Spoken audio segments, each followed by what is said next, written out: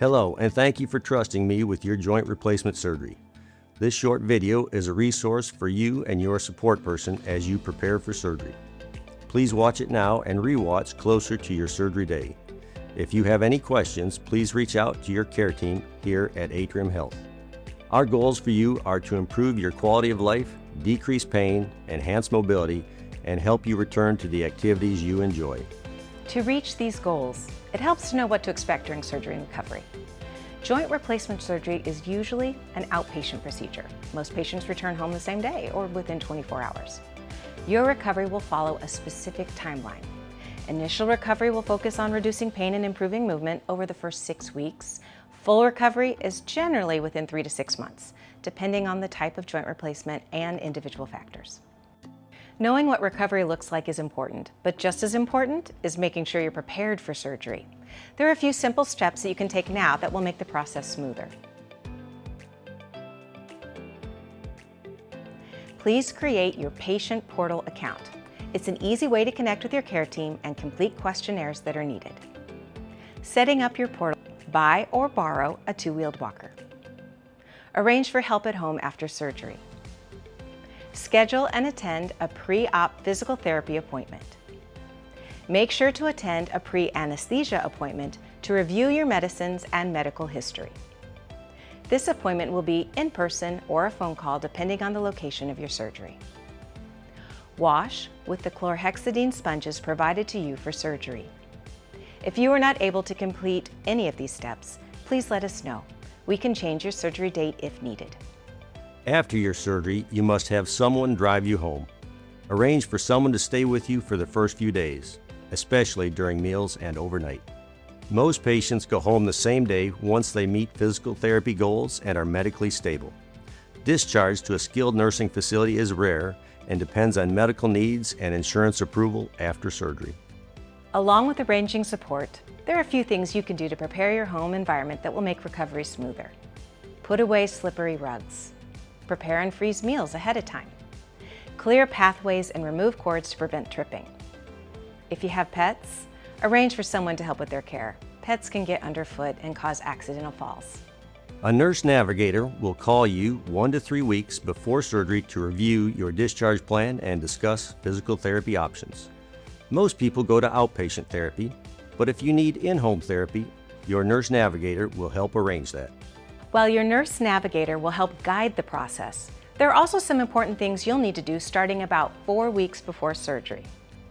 Stop smoking or using nicotine 4 weeks before and 3 months after surgery. It delays healing and increases infection risk. Do not have any dental work, pedicures, or elective medical procedures 4 weeks before or 3 months after surgery. This will reduce infection risk leading up to and after surgery. Trim your own nails as needed. As surgery gets closer, there are a few essential instructions to focus on leading up to your procedure. Use the chlorhexidine sponges to wash your body 3 days before and on the day of surgery.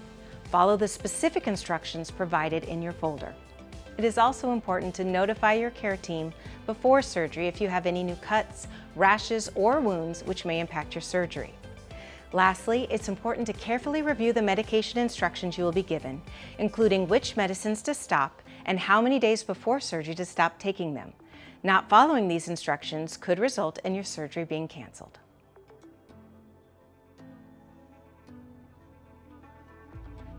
On the day of surgery, it is important to follow these instructions carefully. You may drink clear liquids up to 2 hours before arriving at the hospital, but you should not drink any liquids on the way to the hospital. Not following these instructions may result in your surgery being canceled.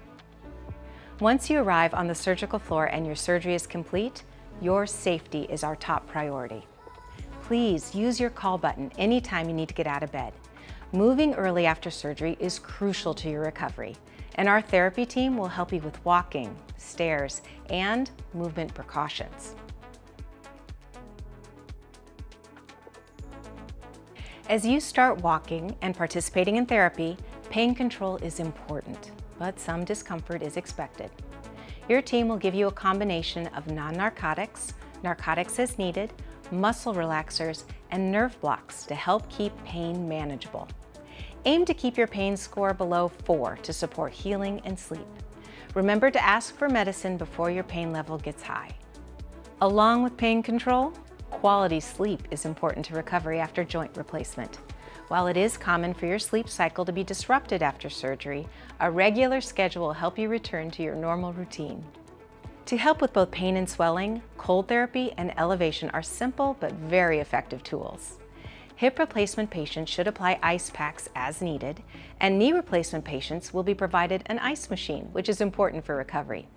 To further reduce swelling, elevate the affected joint above the level of your heart whenever possible, especially in the first few weeks after surgery.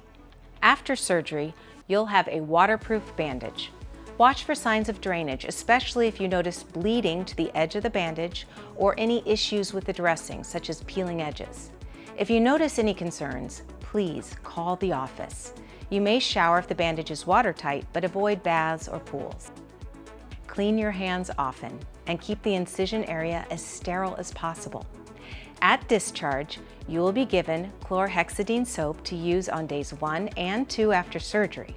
Also, doing deep breathing exercises can help prevent or treat low-grade fever.